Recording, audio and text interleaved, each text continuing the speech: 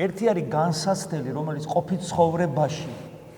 ყოფით ცხოვრებაში ადამიანის გარშემო ხდება, ეს ეხება ჩვენს ხორცს, ჩვენს ამ ქვეყნიურ ცხოვრებას, ჩვენს ჯანმრთელობას, წნეხს ამ სამყაროდან, სამართლობის თვალსაზრისით და ასე შემდეგ. ამ ქვეყნიური განსაცდელი, რომელიც დიახაც ამ ქვეყნიური ხორცელი ნებისმიერი პრობლემა და ტკივილი დიახაც ჩვენ გვეხმარება იმაში, რომ აი იობის მაგალითი ზუსტად ეს არის, გვეხმარება იმისათვის, რომ უფრო მეტად კონცენტრირდეთ ღმერთზე, უფრო მეტად დავინახოთ ამ ქვეყნიური ამაოება, უსამართლობა, ხო, აი რაღაცა ბოროტებასთან წილნაყარია სოფელი, იმიტომ რომ თავადი ამ სოფლის არის სატანა, წარმავალობა ყველაფერისა ამისა, რაც ამ სოფელშია, ეს მეხმარება მე ყველაფერი, ეს განსაცდელი პირიქით არის დამხმარე და იგივე პეტრე მოციქულიც საუბრობს ამაზე, პავლე მოციქულიც საუბრობს ამაზე, რომ ესეთი განსაცდელი მოთმინებას ასწავლის ადამიანს და მოთმინების შედეგად ჩემში იმედი ცოცხლდება ღვთისადმი, ანუ მინდობა ღმერთისადმი, რომელიც მე სიყვარულამდე ამეყვას.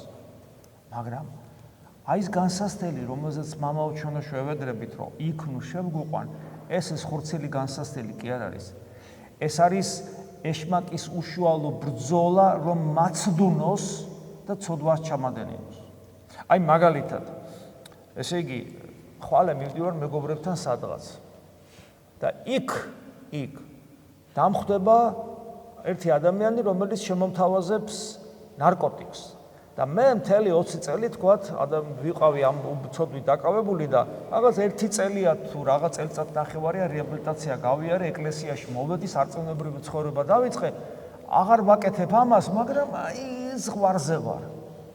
და იქ რო წავიდე იმ მეგობრულთა უყრელობაში, ვიცი რომ ამას შემომთავაზებენ და შეიძლება ვერ გაუძლო. აი ამაზე ვევედრები უფრო. ნუ შემიყვანებ მე იმას ისეთ განსაცდელში, სადაც შეიძლება მე შენ გიღალატო. გესმით?